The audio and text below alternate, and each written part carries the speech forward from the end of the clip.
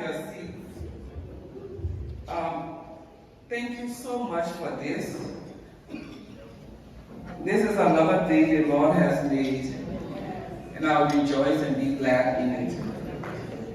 Before I move on, Francis and Sai, thank you for inviting me. Over the last few weeks, I've been really battling with problems with my health, and I was telling God, I can get sick. If not for any reason, let me not get sick until let me be well to travel to North Carolina. I'm grateful to God that I'm here.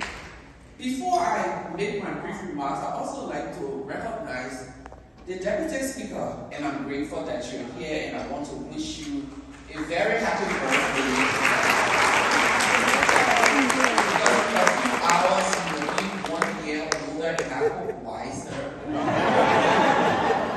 So to the matter on hand, I have been writing my speech in my head as I do. Sometimes I carry 4 or 5 different speeches in my head, and I've just been commissioned to do 2 books, 1 chapter of a book about the future of the world we see, and I've been asked to do the future for women, and then I'm doing something else, and something else, and something else. So it's a lot, and Francis, just to say that I have 9 children, not 5. So don't bring it down. So in 2013, we commissioned something called Peace, Truth, and Play Youth Camp. We put them in a space where they interact in teams, work together, blind kids, children who can't hear and speak, those who are physically challenged that they can't walk. We bring all of them together and pair them up. So you see one blind kid in a room with someone who can see, and our volunteers just stand on the side and watch all through the week on how they interact. Because you're trying to bring young children to the place where they see a new library where even though all fingers are not equal, but everyone is treated fairly. A daughter of a politician came to the camp. Her father wanted her to come to camp, so he called me up and said, Leymah, I heard for camp, I want my daughter. How much should we pay? I said, no, we're not charging for camp. Fortunately or unfortunately, we had 5 or 6 children from in his district that came to camp. So somewhere in between the interaction, these kids sat down with this little girl and they had a real long political conversation. After the camp, he called me and said, what did you do to my child? I said, she was happy, sad when she was coming to camp, crying when she was leaving because she didn't want to leave. He said, yeah.